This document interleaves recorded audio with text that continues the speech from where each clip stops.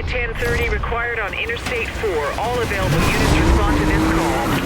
I'm rolling on that 10:30.